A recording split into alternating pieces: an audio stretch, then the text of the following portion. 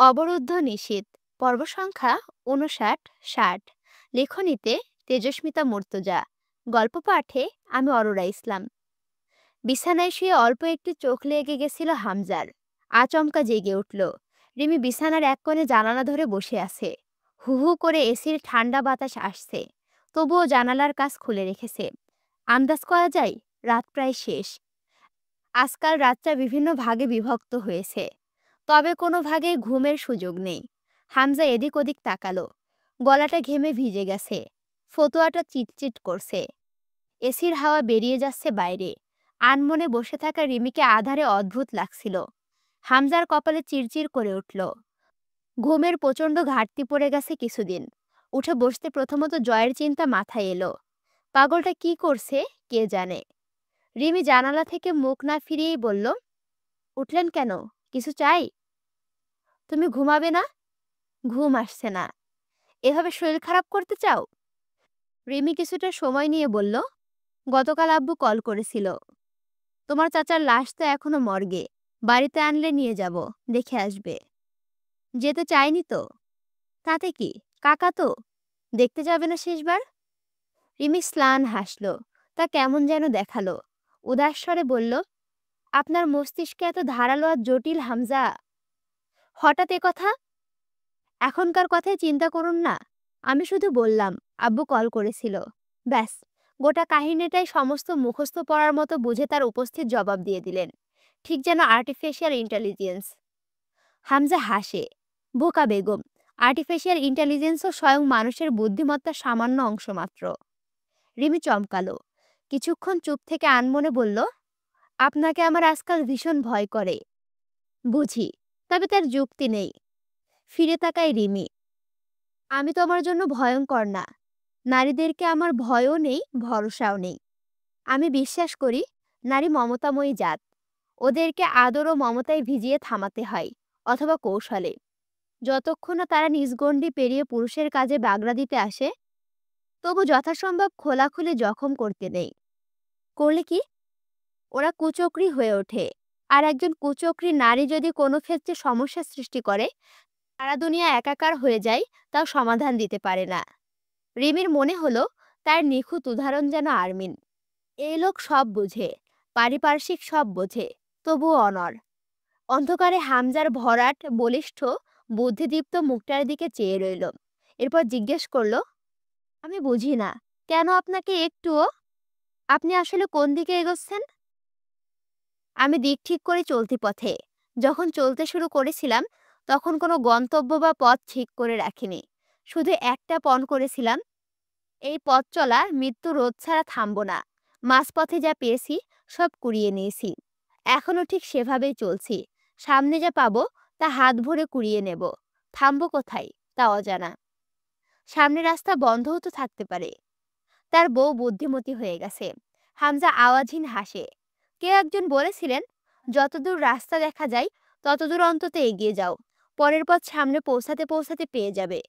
মানুষ অভিযোজন সম্পূর্ণ প্রাণী। পরিবেশ যাই হোক তা মানিয়ে নিয়ে বাঁচতে জানে। রিমোট তুলে এসিটা অফ করে দিল। জানালা দিয়ে ঠান্ডা হাওয়া আসছে। শেষ রাতে ঘর ঠান্ডা হয় এমনি।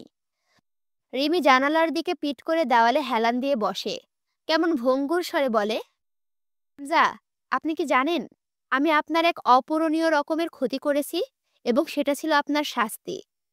হামজা ভুরু জড়াই। শাস্তি? বিশাল শাস্তি। হামজা দাড়িতে হাত বুলাই। রিমি অদ্ভুতভাবে হাসে। আপনার দুটো নিষ্পাপ সন্তান খেয়েছি আমি। যদিও আমি জানি না পাপী বাপের সন্তানেরা নিষ্পাপ হয় কিনা। শেষের দিকে নারী কণ্ঠটা কেঁপে ওঠে রিমির। হামজা নিথর হয়ে বসে রইল অনেকক্ষণ। তাকে থমকাতে চমকাতে দেওয়া যায় না। আজ যেন বিমূর্ত হয়ে গেছে। বেশ খানিক পরে হামজা গা ঝাড়া মেরে রিমির কাছে এসে দুবাহু চেপে ধরল। গলার স্বর বড়বড় করে উঠল, কি করেছো তুমি? রিমি ফুঁসে ওঠে, আমি আপনাকে পুরুষত্বহীন করে দিয়েছি। একবার নয়, দুবার। শুনেছি পুরুষ পরিপূর্ণ হয় তার সহ্য সন্তান দ্বারা। আমি আপনাকে তা থেকে বঞ্চিত করেছি। কারণ যে অন্যের সন্তানের প্রতি সামান্য মানসিকতা বোধ রাখে না, তার নিজের বাপ হওয়ার অধিকার নেই। আমার তো এইটুকু ভরসাও নেই আজ আপনার উপর, যে আপনি ক্ষমতার লড়াইয়ে আপনি নিজের সন্তানকেও কোথায় বাজি রেখে ঘুরে ফিরবেন। কথা শেষ করতে পারে না রিমি, হিসকে উঠে গেল গলার কাঁপুনিতে। হামদার নিঃশ্বাসের আওয়াজ হিংস্র হয়ে উঠেছিল। হতবাক হয়ে গেল সে। এ কাকে দেখছে সে? এটা তার রিমি নয়। কার আছর লেগেছে তার নমনীয় বোকা রিমির গায়ে? ক্ষিপ্ত শ্বাসগুলো বিক্ষিপ্ত স্রোতের মতো আছড়ে পড়ছিল রিমির ওপর। বুকের ওঠানামা বেড়ে গিয়েছিল নিষ্ঠুর মানবটার। রিমি ভেজা চোখেও তা দেখে এক প্রকার জিতে যাওয়ার সুখ ভেসে উঠছিল। সে পেরেছে। সে একটু হলেও পেরেছে তার ঘরের দুর্জনের অশান্তির কারণ হতে। অথচ সে একসময় লোকটাকে পাগলের মতো ভালোবেসেছিল। আজকের কথা বলতে পারে না।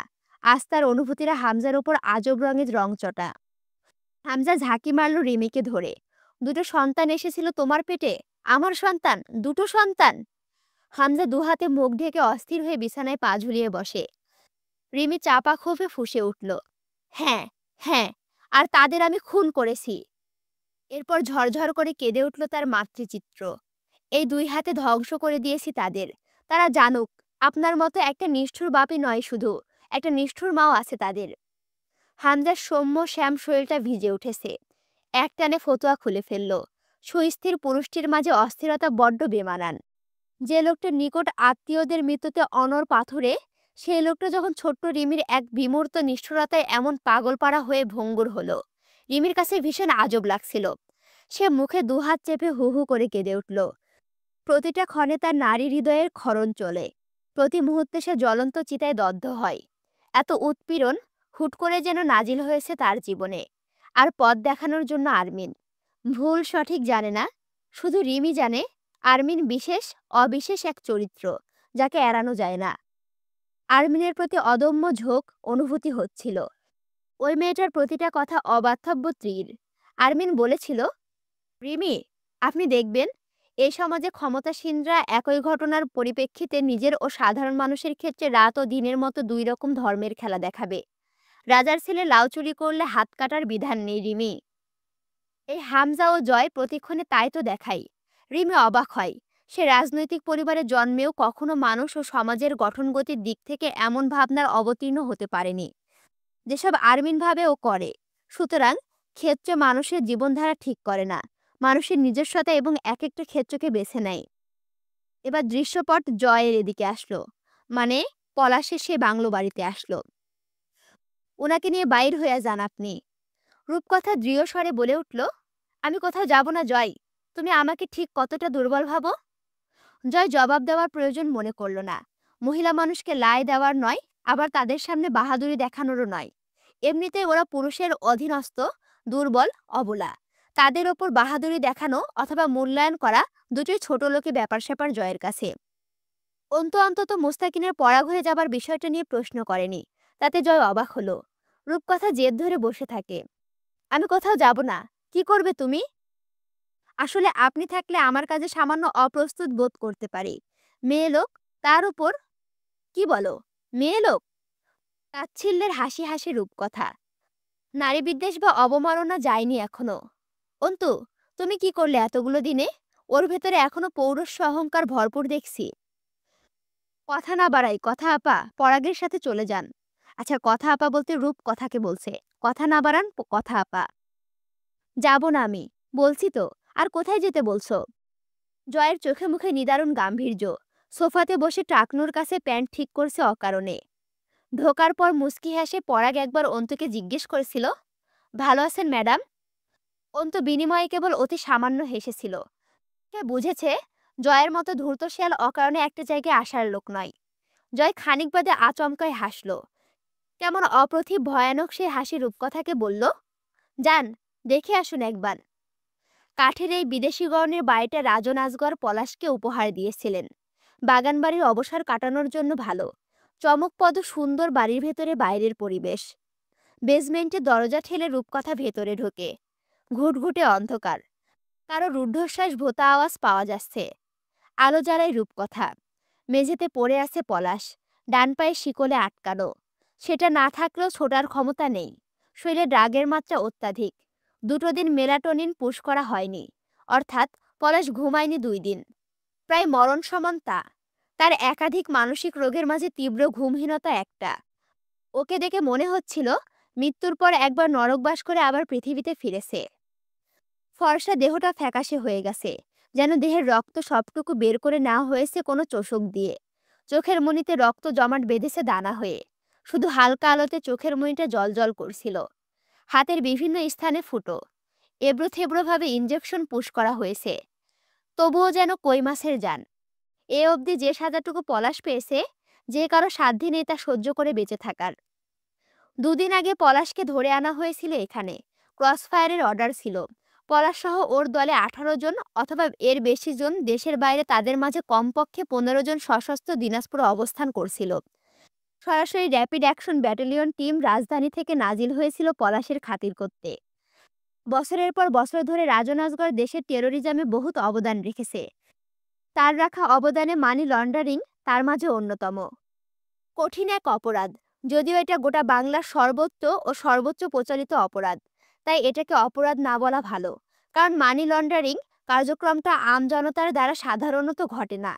এটা ঘটে দেশের উচ্চস্থানে বসে থাকা তথাকথিত জনপ্রতিনিধিদের দ্বারা, অথবা তাদের সাপোর্টে থাকা ক্রিমিনালদের মদদে, যাদেরকে রাজধানীবিদ বলা হয়, জনসেবক ও উন্নয়নের কর্ণধারও বলা হয়। তারা কিছু করলে নিশ্চয় জনগণের ভালোর জন্যই করেন। দেশের অর্থ সম্পদ চুষে নিয়ে গিয়ে বিদেশি ব্যাংকের লকার ভর্তি করাটা নিশ্চয়ই এক প্রকার দেশ সেবাই, হোক সেটা নিজের দেশের পেছন মেরে কিংবা অন্য দেশের অর্থ ব্যবস্থাকে সাপোর্ট করা। এই অর্থ চোরাচালানের কাজে রাজধানীবিদ ও সন্ত্রাস গোষ্ঠী একে অপরের তালাচাবি, একটা ছাড়া আরেকটা অচল। সন্ত্রাসটা সাধারণত পুঁজিবাদীদের নামে বিশাল ব্যবসার মতো দেখতে একটা ক্ষেত্র তৈরি করে। তার মাধ্যমে দেশের বাইরে একদম নিরাপদ উপায়ে অর্থ চালান করার সুগম সুযোগ তৈরি করে দেশের সম্মানিত উচ্চ শ্রেণীর যত জনপ্রতিনিধিগণ। অথচ এই অর্থ আসছে কোথা থেকে এবং মূল খাত কোথায়, তা জানার উপায় থাকে না হাত বদল হতে হতে। সর্বশেষে যে হাত থেকে অর্থ হস্তান্তর হয়, তা দেখে লাগে অর্থ পুরোটাই বৈধ, এক লিগ্যাল বিজনেস ইন্টারেস্ট টাইপ কিছু। অপরাধ কোথায় এই অর্থে? মূলত পলাশের মাধ্যমে চালান করা অর্থগুলো অধিকাংশই ছিল দেশের জনপ্রতিনিধিদের দেশ শোষিত মাল। ভদ্র ভাষায় রাজনৈতিক দুর্নীতি, মুনাফা। সেটার একটা দৃশ্যমান খাত ছিল রাজন আজগরের বিশাল কারবার। মাদক, পতিতাবৃত্তি, চাঁদাবাজি, সম্পত্তি নিলাম, পাচার, খুন, জুয়া ইত্যাদি। পলাশ দিনাজপুরের একটা টাটকা চাঁদাবাজ, সুদখোর। তাদের মূল কারবার রাজধানীতে বিভিন্ন স্থানে আবাসিক হোটেল, ক্যাসিনো, জাল টাকা, নারী ব্যবসা প্রভৃতি ধান্দা সব রাজধানীতে চলে। প্রথমত 2002 সালে এদেশ থেকে প্রায় সন্ত্রাসবাদ নিপাত হতেই গেছিল অপারেশন কিনহার্টের বদৌলতে। এর কিছুকাল পর রাজধানীতে ঢাকার সর্দার ইন্ডাস্ট্রিজের মালিক জুলফিকার সর্দারের নাতির হাতে পলাশের বাবা খুন হলো। পলাশের কিছু করার থাকলো না। মূলত তখনই পলাশ ভার্সিটিতে পড়া ছেড়ে দিয়ে পুরোদমে অন্ধকার রাজনীতি ও কাকার কারবারে মনোনিবেশ করে। কিন্তু সর্দারের নাতির কাছে ঘেঁষার মতো শক্তি হয়ে উঠল না তার। তার ওপর সবকিছু দমে গেছিল। এবং কি থেকে কি হলো, তার ওপর সর্দারের নাতি অ্যাস্ট্রোলেডা কোথা থেকে গুম হয়ে গেল। তার সন্ত্রাসীর ধারা ছিল কেমন যেন। নিজে এক মাফিয়া ও পুঁজিবাদী ব্যবসায়ী, অথচ তার হাতে অসংখ্য পলাশে ঝলসে মাটি হয়ে গেছে। সেই এক মহাপ্রলয়ের নাম ছিল রুদ ইয়াজিদ।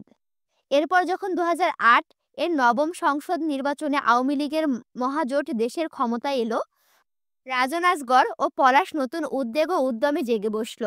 হামজা তখন উঠতি রাজনীতিবিদ। ভার্সিটি, যুব সমাজ ও ছাত্র সংগঠন তার অধীনস্থ প্রায়। তখন তার উঠা বসা শুরু হলো উচ্চ শ্রেণীর রাজনীতিবিদদের সঙ্গে। পলাশ ও রাজন হামজাকে হাতে করল। হামজাও পলাশকে সঙ্গ দিল নিজের স্বার্থে।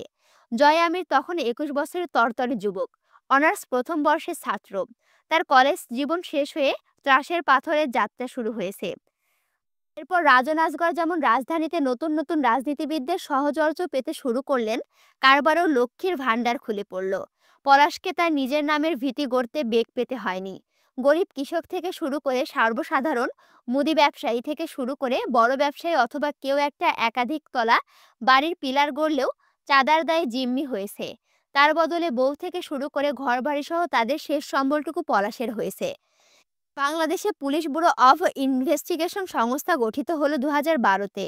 সৈয়দ মুস্তাকিন মহান তখন সেই সংস্থার নতুন পিবিআই অফিসার। তার পোস্টিং ছিল ঢাকাতে। ঢাকাতে রাজন আজগর ব্যবসার অপরাধ তদন্ত করতে গিয়ে খুঁড়তে খুঁড়তে সেই জাদরেল আইন কর্মকর্তা এলো দিনাজপুর। পলাশের এখানকার কারবারে সেটাই আইনত প্রথম বাধা, এবং তা ছিল মুস্তাকিনের দ্বারা। কিন্তু মুস্তাকিন মহানের এই দুঃসাহসী কর্মকে তার কাল হলো। কারণ একটাই, বাংলার নীতি, মূল রাজনীতি। মুস্তাকিন মহান কেঁচো ইতিমধ্যেই খুঁড়ে পেয়ে গেছিল। বহুত প্রমাণ তার তথ্য একত্রিত করে ফেলেছিল। তাকে আর কিছুদিন খুঁড়তে দিলে সরাসরি সাপের পুরো বংশধর টেনে বের করে আনতো। সেই সুযোগ তো দেওয়া যায় না। এর মাঝে সে একবার গেল কারাগারে জামায়াত শিবিরের এক বন্দি কর্মীর সঙ্গে দেখা করতে।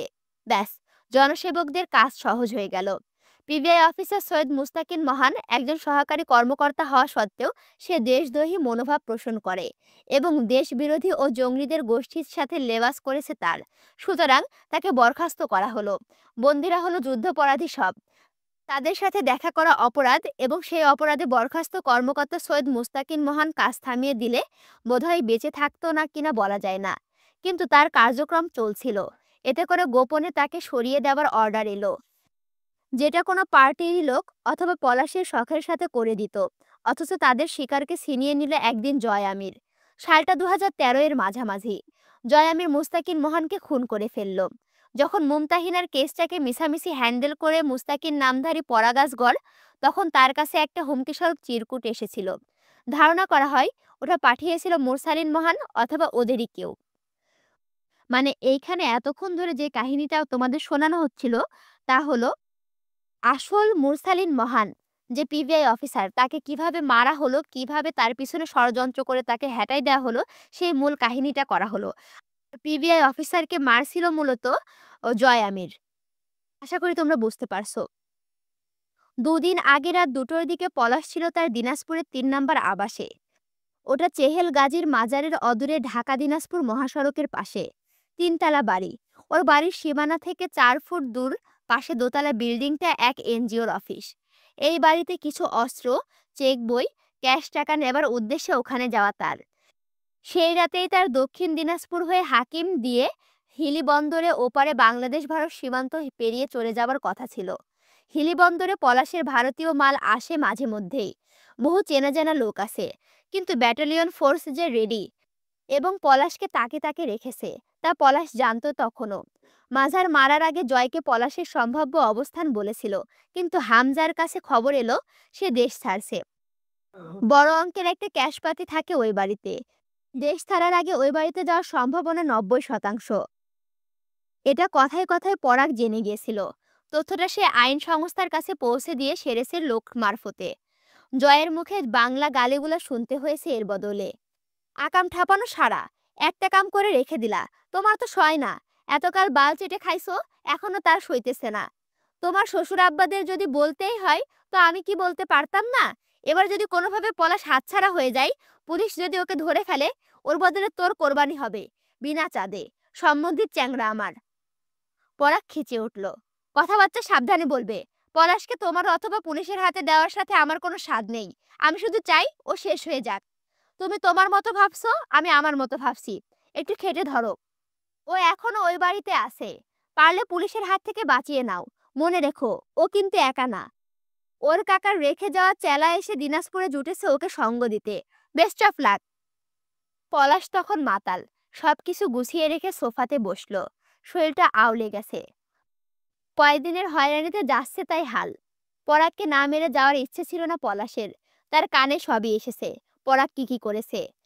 খাওয়া পড়া দিয়ে পালন করে তার সহায়তায় ধ্বংসের মুখ দেখা, আবার তাকে জীবিত রেখে ফেরা হওয়ায় পলাশের সইছিল না। তবু এই অবস্থায় দেশের মাটি তার কাল। তার কিছুদিন দেশের বাইরে আন্ডারগ্রাউন্ডে থেকে পরে আবার ফেটে বুদ্ধিমানের লক্ষণ। সব পরিকল্পনা পাক্কা তার। কিন্তু রূপকথা, সে বাগান বাড়িতে তখনও 10-12 বার কল করেছে, রূপকথা রিসিভ করেনি। পলাশের মাথায় আগুন জ্বলছিল। ইচ্ছে করছিল পরাগকে পরে মারলেও উচিত তার আগে বউটাকে অন্তত মেরে রেখে যাওয়া। ঘরের বউয়ের বিপদের সময় এমন জোচ্চুরি সওয়া যায় না। তখন রাত 12টা পার। ভাবাও যায় না আইনের বিচ্ছুগুলো এই অসময়ে হানা দিতে পারে। ওর যাত্রা শেষ রাতের দিকে। আজ বন্দর, আগামী রাতে বর্ডারের ওপার। কিন্তু তার আগে বাড়ি ঘিরে পুলিশের সাইরেন বেজে উঠল। পলাশের বিশ্বাস হচ্ছিল না। সে ভাবল বেশি মাল খাওয়ার কারণে এমনটা হচ্ছে। ততক্ষণে লোহার গেটে তাণ্ডব শুরু হয়েছে। প্রাচীরের ওপারে কাচের টুকরো থাকায় প্রাচীর টপকানো যাচ্ছিল না। দারোয়ান ছুটে এলো। পলাশ ভাই, পুলিশ আসছে ভাই, সামনে পিছনে চারিদিক খালি পুলিশ। বাড়ির পেছনে ছোট্ট ডোবা, তার ওপারে একটা আম বাগান। সে আম বাগানে পলাশ জুয়ার আসর বসাতো মাঝে মধ্যেই। ওখানে রুদ্র ইয়াজিদ পলাশের বাপকে মেরে দাফন করে রেখে গিয়েছিল। হাতটা কবরের ওপর ফুলের তোড়ার মতো বিছিয়ে রেখে গিয়েছিল। সেটা দেখে টের পেয়েছিল কবরের বাপের দেহ শোয়ানো। পলাশের বাড়ির মূল ফটক ভেঙে কালো পোশাকের ফোর্স ঢুকলো ভেতরে। রাইফেল পিস্তল রেডি। পলাশ অনেকটা বেহেডে তখন। টলমলে পায়ে পেছনের দরজা দিয়ে বেরিয়ে দরজাটার বাইরে আটকে দিল। পাঁচিলের সাথে বাড়ির ব্যাক সাইডে আসার যে রাস্তাটা, সেটাও আটকানো। পেছনের দরজাটা না ভাঙা অবধি অন্তত সময় পাবে পলাশ। ছোট্ট পুলটা পেরিয়ে যাওয়ার সময় ওপরতলা থেকে আলো পড়ল তার উপর। দ্রুত লুকিয়ে পড়ল ঝোপের আড়ালে। পেছনের দরজা পর্যন্ত আসতে একটু ঘোরাতে হবে ওদের। বাড়ির নকশা জটিল, কিন্তু ততক্ষণে বাহিনীর কয়েকজন সিঁড়ি বেয়ে ছাদে উঠে গেছে। সেখান থেকে গোটা বাড়ির বাইরে, আশেপাশ ও পাঁচিলের ভেতরটা চোখের আয়ত্তে। পলাশ আটকা পড়ে গেল প্রায়। কম বেশি ১০-১৫ জন বাড়ির ভেতরে ঢুকেই পড়েছে। বাইরে আরও আছে। পলাশ ঝোপ থেকে বেরোতে তাকে উদ্দেশ্য করে ফায়ার করা হবে, এতে সন্দেহ নেই। ক্রস ফায়ার জায়েজ হয়ে আছে ওর জন্য। ওর দলের গুলি করা লাগবে না, শুধু পুলিশকে একপাক্ষিক গুলি করে পলাশকে ঝাঁঝরা করে ক্রস ফায়ারের নামে চালিয়ে দেবে। অথচ পলাশের বাহিনী কাছে কোলে ঘাসার সুযোগ পাচ্ছে না আপাতত। পলাশের নিষেধ আছে। পরিকল্পনা নম্বর ২ ওটা। পলাশ জানতো না ঠিক কবে বা কখন, তবে এটা ঠিকই জানতো দেশ ছাড়ার আগে একবার জীবন মরণ ঝুঁকি পাড়ি দিতে হবে, যেহেতু তার প্রতিদ্বন্দ্বিতা জয় হামজার সাথে।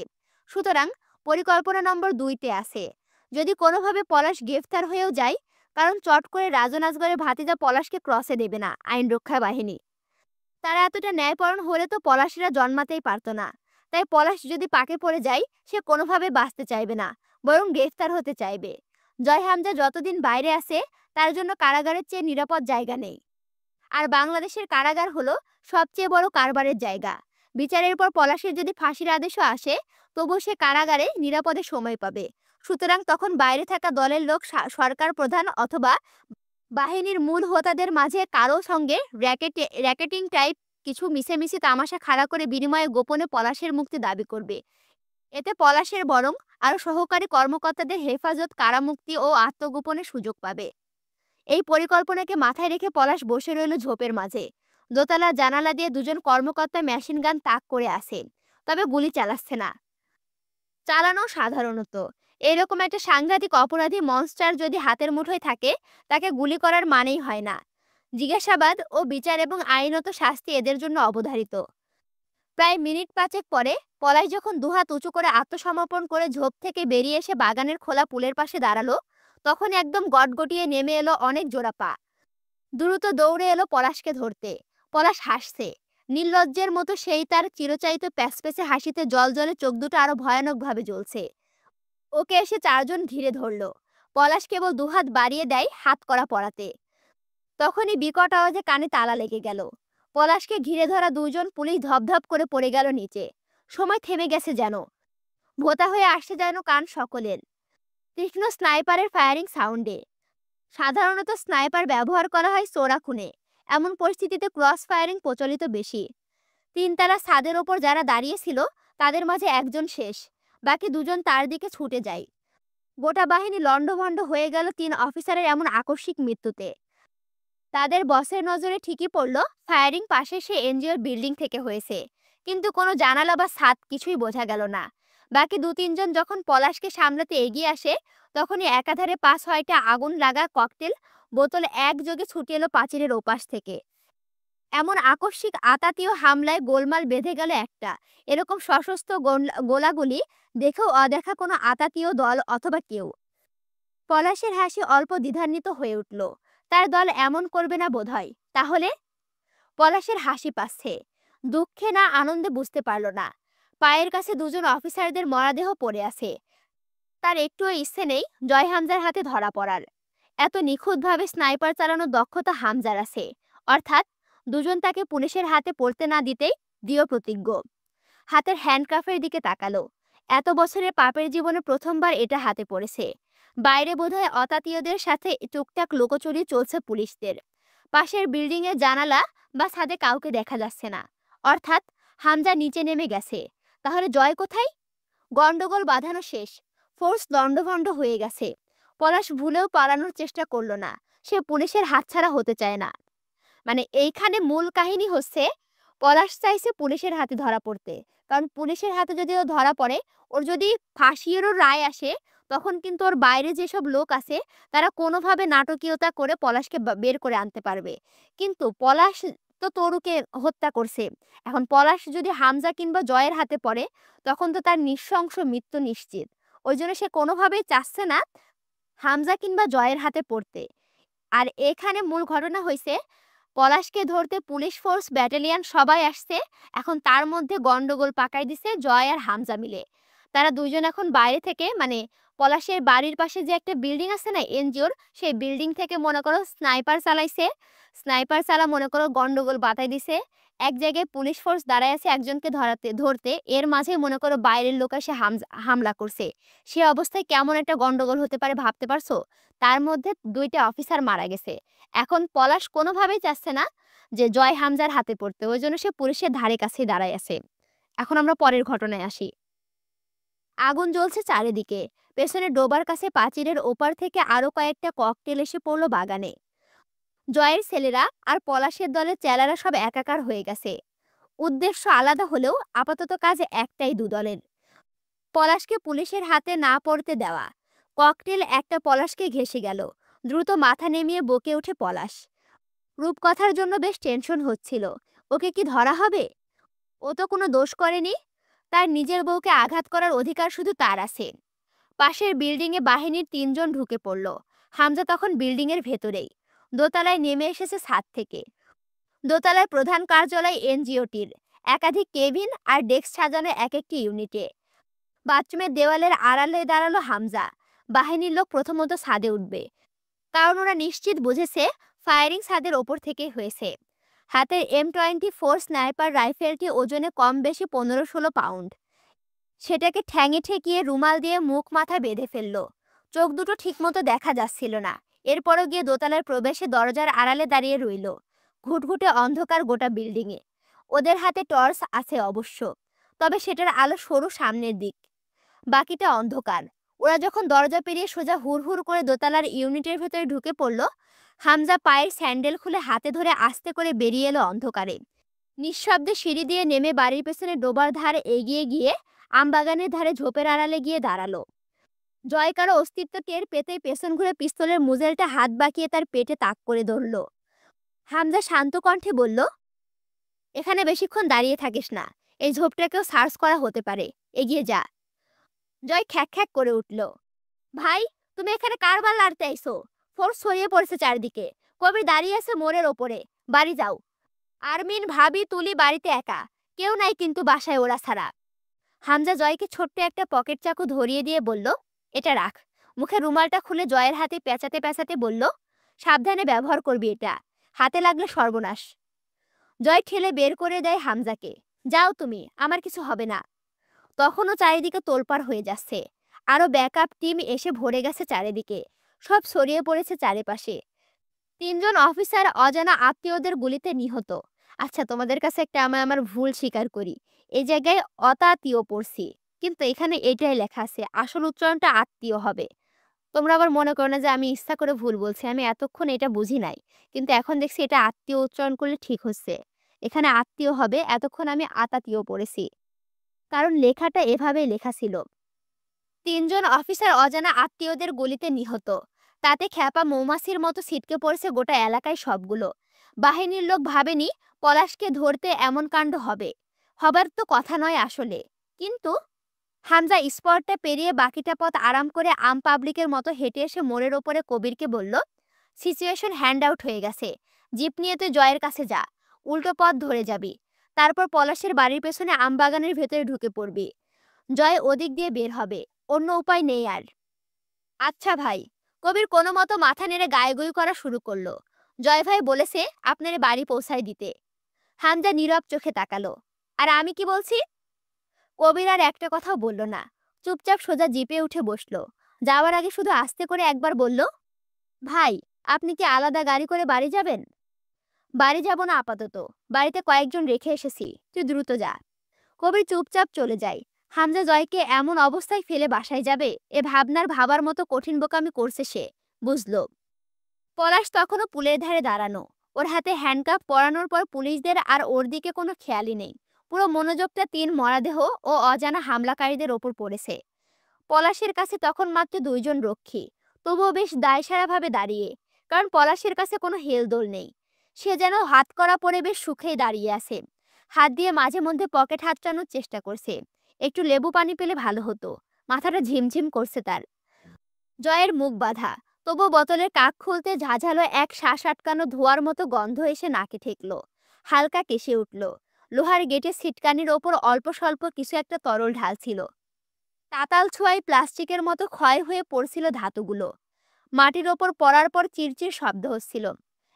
একসময় গোটা ছিটকানি সিস্টেমটাই ক্ষয় হয়ে পুরো নিঃশেষ হয়ে গেল। জয় বোতলের কাকটা কোনো মতে আটকে বোতলটা দূরে ছুঁড়ে মারল। হাতে রুমালের ওপর পড়েছে বোধহয় ২-১ ফোঁটা। রুমাল না পেঁচানো থাকলে হাতে লাগতো। পিস্তলের ম্যাগাজিন খুলে বেশ কয়েকটা এমবডি লোড করলো। সাইলেন্সার লাগিয়ে নিয়ে আস্তে করে গেটটা খুলে ভেতরে ঢুকলো। শুকনো পাতা পড়ে গাদা হয়ে আছে। হাইবুটের নিচে মরমর করছিল। পলাশ এদিক ওদিক তাকিতুকি করছিল। জয়কে দেখে ভুরু কুঁচকে ফেলল। তারপর কেমন একটা অস্থিরতা ঘিরে ধরল পলাশকে। হাজার হোক, এই জয়কে পলাশ ছোট থেকেই দেখছে। হোটেলে একসাথে বসে মদ খাওয়া, আড্ডা দেওয়া, তার সামনে এমন নিকৃষ্ট অপরাধ করার মতো দাঁড়াতে বেশ অপ্রস্তুত লাগছিল পলাশের। তারা দুজনই পাপিষ্ঠ, অথচ সেই সব পাপকে ছাপিয়ে আজ এক পাপীর কাছে আরেক পাপী পাপী হয়ে ধরা দিল। জয় ইশারায় সালাম দেয় পলাশকে। পলাশ ছাড়া আর কারো সাধ্যি নেই জয়কে চেনার। এমনভাবে প্যাকিং করেছে নিজেকে। পুলিশ দুটো জয়কে খেয়াল করে রাইফেল তাক করার আগেই লুটিয়ে পড়ল মাটিতে। জয়ের সেমি অটোমেটিক পিস্তলের ৩টা বুলেট, দুটো প্রাণহীন দেহ। পলাশ দৌড়ে ভেতরের দিকে এগিয়ে যেতে চায়। ফোর্সের সবাই সামনের দিকে। এটাই বোকামি ওদের। দুজনকে রেখে ওরা নিশ্চিন্তে আত্মীয় খুঁজছে। অবশ্য কারণ আছে। এখনো খণ্ডযুদ্ধ চলছে সামনে। পলাশ বাড়ির পিছনে দরজা অবধি পৌঁছালো না। জয় নিখুঁত নিশানায় পলাশের ডান পাশের গোড়ালি বরাবর শুট করলো। থুবড়ে পড়ে যায় পলাশ। তখনই ঢুকলো কবিরের সাথে ৩ জন। পলাশের মুখে খানিকটা কাপড় গুজে একটানে বাগানের বাইরে নামার পর পুলিশের কয়েকজন এপারে এলো। গোটা ঘটনাটা পুলিশ বাহিনীর পাশের বাড়িতে ঢোকার ৫ মিনিটের মধ্যেই ঘটে গেল। একই সাথে বিভিন্ন দিকে বিভিন্নভাবে সেট আপ হয়ে শেষ অবধি জয় গাড়ি ভাগিয়ে আমবাগানে পেরিয়ে ঢুকে পড়লো এক গ্যারেজে। সেইখানকার শাটার ডাউন হলো। পুলিশের বাহিনীর নাগালের ভেতরে। তারা তখন নাগাল ছাড়ানো ফেরারি। পলাশের পায়ের গুলিটা কোনো মতে পাস হয়ে গিয়েছিল। নেহাত থামানোর উদ্দেশ্যে গুলি ছোড়া। কোনো মতো রক্ত বন্ধ করে ওকে স্যাডেটিভ ড্রাগ দেওয়া হলো। শেষ রাতের দিকে গাঙ্গের পাড়ের বাড়িতে যখন পৌঁছালো ওরা, রূপকথা চুপচাপ দাঁড়িয়ে আছে জানালা ধরে। কবির অবাক হয়ে যায়। হামজা বসে আছে সোফায়। বাড়িতে না গিয়ে এখানে এসে জয়ের অপেক্ষা করছে। কি দৃঢ় বিশ্বাস, জয় জয়ী হয়েই ফিরবে। সে জয়কে সেই ধাঁচে গঠনগতভাবে কাঠামো দিয়েছে। পলাশের বাড়ি, নির্জন জায়গা। কারো সন্দেহ হবার কথা নয় যে পলাশ এভাবে পালিয়ে নিজের কোনো বাড়িতে যাবে। হলেও সে ব্যবস্থা আছে। পুলিশের ধারণা পলাশকে নিয়ে পালিয়েছে ওর দলের লোকেরা। রূপকথা ওর স্বামীকে সেই রাতে একবার দেখেছিল অচেতন অবস্থায়। জয় ওকে ধরে নিয়ে এসে বেসমেন্টের এই কক্ষে শিকল পরিয়ে রেখে গেছে। তারপর যেসব অমানসিক অত্যাচার করা হয়েছে সেসব সময় রূপকথা দূরে থেকেছে। ওসব ভালো লাগে না। পলাশের গোঙানি কানে এলে নিজের সেসব দিনের কথা মনে পড়ে যায়। বিশেষ করে বিয়ের সেই রাতের প্রথম রাত। তার ফর্সা নমনীয় অক্ষত চামড়ায় পলাশের পাগলাটে থাবা পড়েছিল। এরপর আর সব, কত যন্ত্রণা, কত ছটফটানি, প্রতারণা আর বাধ্যগত সেই সব পাপ। নিষ্পাপ এক চাঁদ মুমতাহিনা রূপকথার নিজেকে নোংরা কীট মনে হয় সর্বক্ষণ। রূপকথা মেঝেতে আঁচল বিছিয়ে বসে আছে। জয় তাকে কতটুকু সময় দেবে পলাশের কাছে কাটানোর জন্য তা জানা নেই। তার কেমন লাগছে, কে জানে কেমন লাগছে। এই লাগার নাম নেই, বর্ণনা নেই। সে কি শেষবার মানুষের মতো দেখতে এই পলাশকে দেখছে? বিয়ের আগ অবধি যে তার পলাশ ভাইয়া ছিল, এরপর হলো নরকের দ্বার রক্ষী। আচ্ছা, রূপকথার অস্থির লাগছে কেন? কিসব হিসেব নিকেশের অঙ্ক ঘুরপাক খাচ্ছে জীবনের। অবর্ণীয় সব অযাচিত অনুভূতিরা নিত্যরত চারিধারে। অনেকক্ষণ বসে থাকে পলাশের মাথার কাছে। খুব ধীরে নিঃশ্বাস পড়ছে পলাশের। রূপকথার অবচেতন ভাঙল। হিংস্র এক লাথি পড়ল দরজায়। রূপকথা নড়ল না, উঠল না, শুধু বলল, শব্দ করো না জয়, নিশ্চুপ থাকো কিছুক্ষণ। অন্তু জানালার ধারে দাঁড়িয়ে চুপচাপ। বাইরের পরিবেশটা ভীষণ সুন্দর। গাঙ্গের পানি ছলছল রবে বয়ে যাচ্ছে। আকাশে চাঁদ নেই।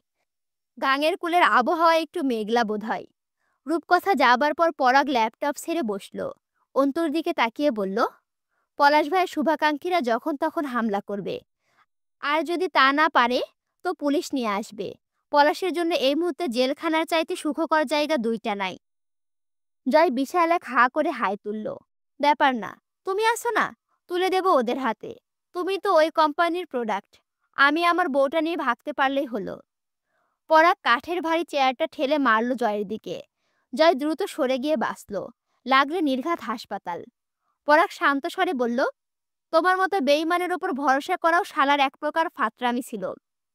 জয় উঠে দাঁড়িয়ে মাছি তাড়ানোর মতো হাত নাড়ল। আমি তো জন্মগত আর খানদানি বেঈমান। আমি বেঈমানি করি পুরো ইমানদারির সাথে। আমার বেঈমানিতে কোনো গাফিলতি থাকে না, খাঁটি বেঈমানি। কিন্তু ভয় হলো তোমার মতো ইমানদারদের নিয়ে পবিত্র গাদ্দার। পরাগ মুখ বাঁকিয়ে হাসল। যেমন তোর পিয়ারের পলাশ ভাই আজ ছালা হয়ে গেছে, ওইরকম কিছু ঠাপ আমিও খাইছি, বুঝলি না রে? জয় অন্তুর দিকে তাকালো। তার খেয়াল নেই ওদের দিকে। পরাগ ল্যাপটপে কিছু দেখে চট করে উঠে দাঁড়ালো। আজ পলাশকে আমার হাত থেকে তুই বাঁচাতে পারবি না। তোমার নাটক আর নিতে পারছি না। মারবাই যখন, তখন ফিল্ডিং মারতেছো কেন এমনে? জয় তাড়াহুড়ো করে পরাগের পিছে যাবার আগে হাতের বোতলের মদ গিলে শেষ করে আগে, তারপর পরাগের পেছনে দৌড়ায়। আবার কি মনে পড়ে দৌড়ে ফিরে আসে। এরপর একটা ভরাট বোতল নিয়ে আবার দৌড়। পরাগ গিয়ে দরজায় দুটো সজোরে লাথি মারল। রূপকথা কথা শুনে রেগে উঠল। জয় না, আমি। খোল দরজা। আমার মার কিছু হলেও তোর 14 গোষ্ঠীর অবস্থা আমি ওই তোর বেজন্মের মতো করে ছাড়বো। রূপ, দরজা খোল। রূপকথা অবাক হয়ে দরজা খোলে। বুয়ার কি হয়েছে? আমি কেন এসেছি এখানে? বলিসনি কিছুই। এখানে সে ল্যাপটপে বসে আছিস। তোর ওই বাইনচোদ, বিশ্রী ভাষায় বকে উঠে পরাগ। আমার মাকে কোথায় পাঠিয়েছে সেটা শোন। যতক্ষণে বলবে ততক্ষণ ওর আয়ু আছে। চিরকাল তোদের ফরমাইশ খেটেছে, তার বদলে লাথি মানহানি ছাড়া কিছুই পায়নি। তোর বাপ মরেছে, আর ওই শুয়েরের বাচ্চাও তো মরবে। বাকিটার ভোগ আমার আর মার। তল ওকে। জয় এসে টেনে হিস্ট্রে নিয়ে গেল পরাগকে। পরাগ সমান তালে বকে যাচ্ছে। জয় একবার খামছে মুখটা চেপে ধরল। পরাগ ঝপাট করে এক ঘুষি মারে জয়ের নাকের ওপর। তখন ওরা গাঙ্গের কূলে চলে এসেছে। অন্ধকার চারিদিক। প্রায় সকাল হয়ে এসেছে। পাখি ডাকছে। জয়ের নাক দিয়ে রক্ত পড়ে প্রায়। ঘুষির আঘাতে কপ কপ করে রক্ত বেরিয়ে এলো। আঙুলের ডগায় রক্ত মুছে পরাগকে দুটো ঘুষি সহ শেষ অব্দি একটা লাথিতে গাঙ্গের পানিতে ফেলে দিল। টাল সামলাতে না পেরে নিজেও গাঙের কুলের কাদায় পা পিছলে পড়ল। পরাগ পা ধরে টেনে পানিতে নামানোর চেষ্টা করে। জয় শক্ত করে কিসে একটা শিকড় টেনে এনে নিজেকে পানিতে পড়া থেকে বাঁচালো তো। অথচ পুরো শরীরটা ইতিমধ্যে ভিজে গেছে। কাদামাটিতে পরনের পোশাক শেষ অবধি ঝাড়া মেরে পরাগকে পানিতে ফেলে রেখে বকতে বকতে উঠে এলো। পরাগ পড়ে রইল পানিতে। ফজরের আজানের আগে গাঙ্গে গোসল করা ভালো। গাঙের এধার ঘেঁষে অনেকটা দূর দেখে এলো জয়। তেমন কিছু ছিল না। কাদামাটি সহ ভেজা শরীরে বেসমেন্টে এসে বসলো। আরো কয়েকটা প্যাগ মারা দরকার, নয়তো ঘুম আসবে না। রূপকথা পলাশের কপালে হাত রাখে। কপালটা গরম। তাকিয়ে রইল। নিজের শরীরে শুকনো ক্ষতগুলো চিরচির করে উঠেছে যেন। পলাশের সামনে নিজেকে ক্ষতবিক্ষত পড়ে থাকতে দেখেছে অজস্র বেলা, কিন্তু পলাশকে কখনো এভাবে দেখা হয়নি। রূপকথা আনমনে বলে ওঠে, জানো জয়, বিয়ের 3 বছরের মাথায় আমার গর্ভে একটা সন্তান এসেছিল। জয় হিপ ফ্লাক্সে দুটো চুমুক দিয়ে বলল, শুনেছিলাম। রূপকথা বলে চলে, তখন আমার গর্ভ অবস্থার 4 মাস। যে সময় এক রাতে পলাশের হাতে পড়লাম, পরদিন সকালে আমার গর্ভপাত হলো। 2 সপ্তাহ হাসপাতালে থেকে আমি খুব কেঁদেছিলাম জানো। জয় মাথা নাড়ল। কাদা তো ভালো, চোখের জীবাণু ব্যাকটেরিয়া ময়লা সব চোখের পানির সাথে ধুয়ে মুছে যায়। What ever. এক সিপ মারবেন? দুঃখের সময় এটা ভালো কাজ দেয়। রূপকথা তাকালো না। একই সুরে বলতে লাগলো, তুমি জানো, পাপীর ঘর করা কারাবাসের চেয়েও কঠিন। পাপিষ্ঠের সাথে বাস করতে করতে বড়জোর পাপী হওয়া যায় ঠিক মতো, এর বেশি উপকার নেই। জয় ঘাড় ঝাঁকালো। হুম, আপনি এইসব মেয়েলি দুঃখের কথা আমায় শুনিয়েন না, কোনো ফায়দা পাবেন না। এক ফোঁটাও সান্ত্বনা অবধি না। রাদার আমার বউকে শোনান। সে নিজেও ভুক্তভোগী, তাই সে আপনার দুঃখ বুঝবে, সহমত পোষণ করবে, আবার মাল মশলা মেরে নিজের দুঃখ প্যাচাল শোনাবে। আলাপ জমবে ভালো। তার চেয়ে বড় কথা, আমিও আপনার স্বামীর তরকারিরই মুরিদ। আমার কাছে এসব কাহিনী শোনানোর ধান্দা লস প্রজেক্ট হবে। রূপকথা বসে রইল চুপচাপ কিছুক্ষণ। সে বিদেশ থেকে পড়ালেখা সেরে এসে কায়েত খাটছিল এতগুলো বছর। পরিস্থিতি বিশেষ পারিপার্শ্বিক সকল অর্জন ফিকে পড়ে যায়। যার বাবা জঘন্য অপরাধী, স্বামীটাও হিংস্র পশুকেও হার মানায়, রূপকথার কি করা উচিত ছিল সেই অবস্থায়? শেষ রাতের দিকে পলাশ চোখ খুলে উঠে বসলো আস্তে করে। রূপকথাকে বসে থাকতে দেখে চমকে গেল। জড়ানো গলায় বলল, রূপ। রূপকথা জবাব না দিয়ে তাকিয়ে আছে। পলাশ বলল, ওরা তোকে আটকে রেখেছে রূপ? রূপকথা অপলক তাকিয়ে বলল, নিজের বাড়িতে আটকে রাখা কেমন? আমি তো এখানেই ছিলাম। পলাশের হাত দুটোর গভীর ক্ষত, পেরেক গাঁথা হয়েছে তাতে। দক্ষ এই কাজটা হামজার। কাঠের আসবাবে পেরেক গাঁথার মতো করে পলাশের হাতে পেরেক মারা হয়েছে। চাপড়ি ধরা রক্তের দানা হাতে কাদামাটির মতো শুকিয়ে আছে। সেই হাত বাড়িয়ে পলাশ ছোঁয় রূপকথাকে। রূপকথা চোখ বুজে। বুকের মধ্যিখানটায় যেন শুল বিঁধেছে। বুকটা ছিঁড়ছে ধীরে ধীরে, গেঁথে যাচ্ছে গভীরে। তার জীবনটা জীবন হলেও পারত, তার স্বামীটা মানুষ হলেও পারত। সে এক জোড়াতালি দেওয়া ছিন্ন বিচ্ছিন্ন শৈলীর অধিকারিণী না হয়ে একজন সুন্দর পুরুষের সুশ্রী স্ত্রী হতেও পারত। সে কোনো ঘৃণ্য রুচিসম্পন্ন পিতার সন্তান না হয়ে আমজাদ সাহেবের মতো বাবার মেয়ে হলেও পারত। চোখ খুলে রূপকথা, কই, আমজাদ সাহেবের মেয়েটাও যে ভালো নেই। মূলত ভালো থাকাটা জীবন নয়।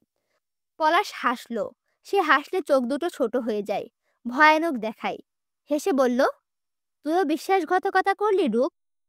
রূপকথা মলিন হাসে। বিশ্বাসের সম্পর্ক ছিল নাকি আমাদের? উত্তর যেহেতু না, সেখানে বিশ্বাসঘাতক হবার সুযোগটা কোথায় বলো?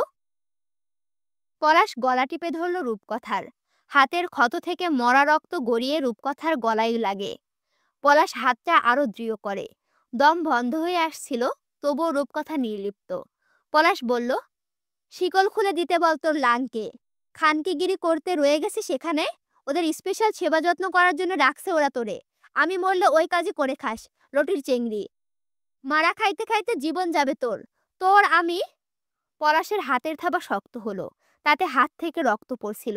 জয় এসে সেই ক্ষততে লবণ লাগিয়েছে। শরীরে জোর নেই নেই করেও অমানসিক শক্তি যেন। চোখ উল্টে এলো, গোংরাস ছিল রূপকথা। পলাশ ছাড়ল না, অকথ্য ভাষায় বকে গেল। পায়ে গুলি লাগা জায়গাটাতে একটা নোংরা কাপড় বাঁধা।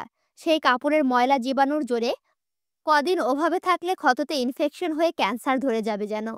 না খাওয়া আজ দুদিন। খানিক পর ক্লান্ত হয়ে ছেড়ে দিল রূপকথাকে। কিছুক্ষণ ঝিম মেরে ধরে বসে রইল। রূপকথা কিছুক্ষণ কাশতেও পারল না। শ্বাস ছাড়ল বেশ কিছুক্ষণ পর। তারপর বলল, আর কোনো ইচ্ছে আছে তোমার মৃত্যুর আগে? আমাকে আর কোনোভাবে টর্চার করতে চাও? আমি জানি, তোমার শেষ ইচ্ছে হিসেবে তুমি আমার শরীরটাকে বেছে নেবে ছেঁড়া ফাড়ার জন্য। পলাশ একবার তাকিয়ে আবার মাথা নত করল। কয়েক সেকেন্ড পর টুপটুপ করে এক ফোঁটা রক্ত পড়ে মেঝেতে। পলাশ দ্রুত মাথা তুলল। নাক দিয়ে রক্ত বেরোচ্ছে। তার শরীরটাকে অচল করে ছেড়েছে ওরা। এ পর্যায়ে পলাশের ভেতরে একটা ভিক্ষুক জেগে উঠল। যে ভিক্ষুকটা মৃত্যু ভিক্ষা চাইছে। মেঝের ওপর টান হয়ে শুয়ে পড়ল। দুহাতের প্রতিটা রগে রগে পেরেক গাঁথা হয়েছে। হাতুড়ি দিয়ে ধীরে ধীরে পেরেকগুলো গেঁথে আবার তোলার সময় বেশ সময় নিয়ে দুই আঙুলে পেরেক টেনে টেনে বের করেছে হামজা।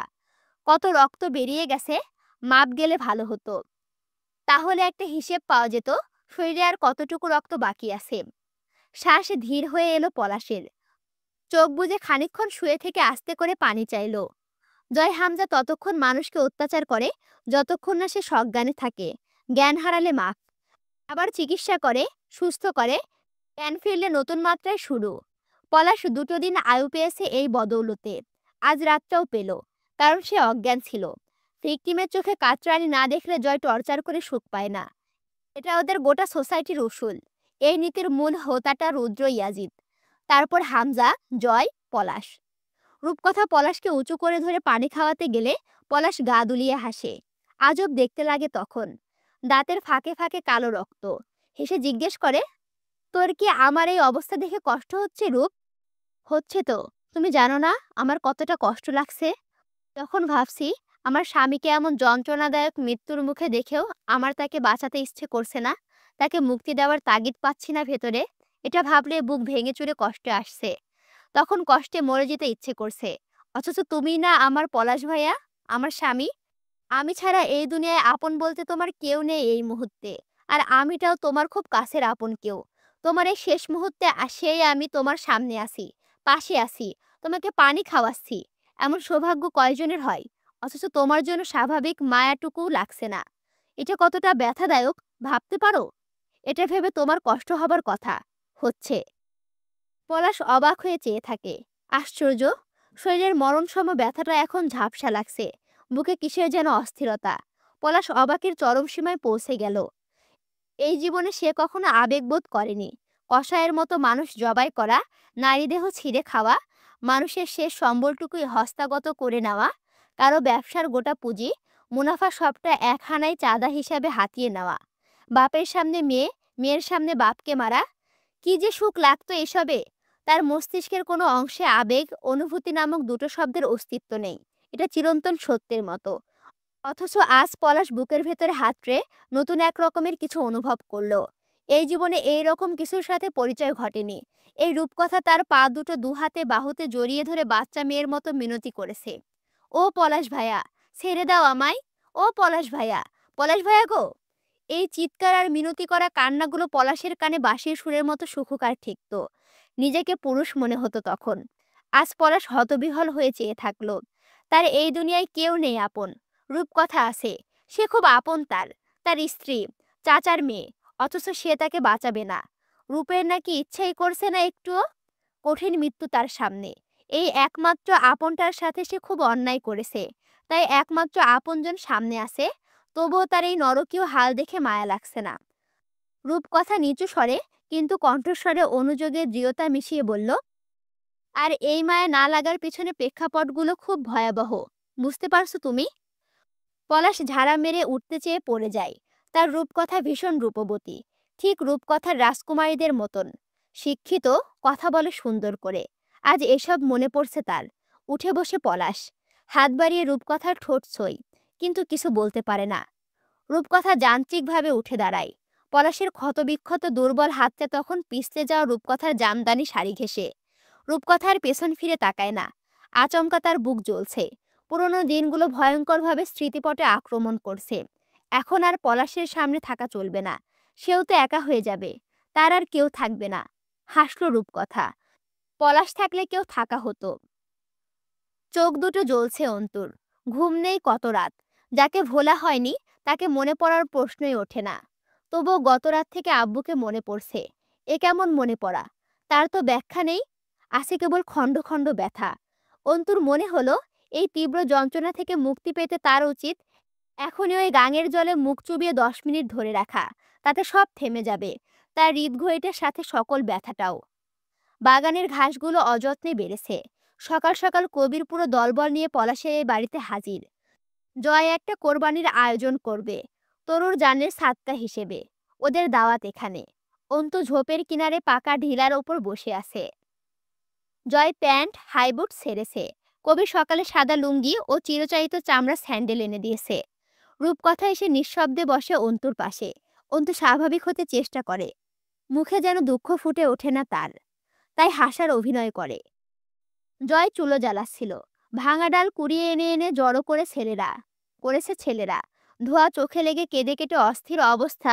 লুঙ্গিতে কালি ভরে গেছে। অনেক কষ্টে চুলো জ্বলে উঠেছিল সবে। পরাগ কোথা থেকে এক বালতি পানি এনে ঢেলে দিয়ে আরাম করে হেঁটে গিয়ে মুরগি জবাই করতে লাগলো। জয় চোখের মনি ঘুরিয়ে দেখলো পুরো ব্যাপারটা। এরপর আস্তে করে বকলো দুটো, শালার জাঙ্গিয়ার ভেতর কাকড়া ঢুকাইয়াতে পারলে শান্তি লাগতো। ল্যাওড়ার বাল। জীবনেও কখনো ভালো সম্পর্ক ছিল না জয়ের সাথে পরাগের। তখন ক্লাস 8-এ। ঘুরতে গিয়ে দুজন বাজি ধরে এক দ্বীপে গেল পালিয়ে নৌকা নিয়ে। জয়কে দ্বীপে নামিয়ে নৌকা নিয়ে চলে যাওয়ার সময় একটা পকেট ছুরি দিয়ে পরাগ বলল, নে, এটা দিয়ে মাছ শিকার করে খাস। আর মাছ না পেয়ে বেশি খিদে লাগলে মরে যাস। আমার দোয়া থাকবে তোর সাথে। সালাম বন্ধু। এরপর জয় কিভাবে 2 দিন পর সেখান থেকে ফিরেছিল, সে এক ইতিহাস। তারপর আর দুজনের জীবনে বনিবনা হয়নি। অন্তু সেই দিন রূপকথাকে জিজ্ঞেস করেছিল, আপনি জয় আমিরকে বেশ জানেন, তাই না? রূপকথা কিছুটা সময় নিয়ে জবাব দেয়, আমার বিয়ে হয়েছে 2009-এ। তখন জয় অনার্স 2য় বর্ষে। সেই সময় হোটেলে রোজ ওর যাতায়াত ছিল। কখনো কখনো অতিরিক্ত মদ খেয়ে সাথে চুরুট টেনে কাশতে কাশতে বমি করে ভাসিয়ে ফেলতো। জ্বরে গা পুড়ে যেত, তবুও কোনো মেয়ের সাহস ছিল না ওর কাছে গিয়ে ওকে সেবা দেয়। রূপকথা সামান্য হাসলো। জানো তো, সে আবার কারো সেবা আদর যত্নের ভুক্তভোগী না। তখন আমাদের আগের ভিলার পাশের বিল্ডিংটা হোটেল ছিল। কোনো কারণে গেলে দেখেছি বেহুশের মতো পড়ে আছে, তবুও কাউকে সেবা করতে দিচ্ছে না। আমি গিয়ে ধমকে ধামকে জোর করে টেনে বাড়িতে নিয়ে যেতাম। প্রথম দিন এক থাপ্পড়ও খেয়েছিল আমার হাতে বেশি ভাব ধরাই। অন্তু মুখ তুলল। কখনো সরাসরি তাকে স্নেহর কাঙাল মনে হয়নি। জয় যেটুকু যা দেখা যায় সবটাই ওর নিজের স্ক্রিপ্টেড।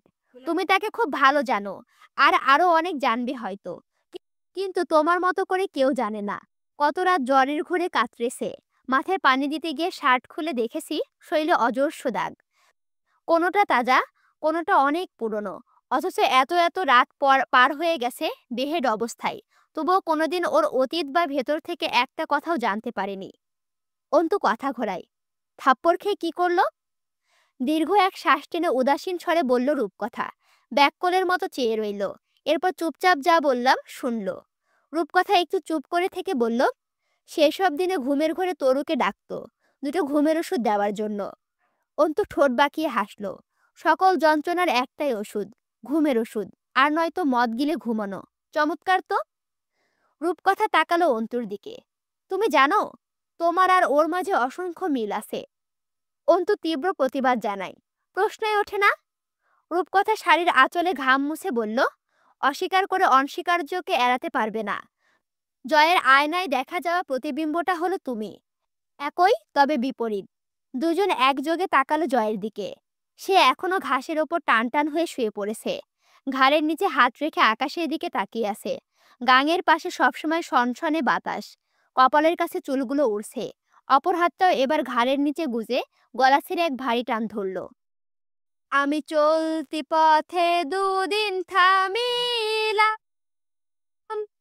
আরে ভালোবাসার মালা খানি গলে পরিলাম আমি, গলে পরিলাম।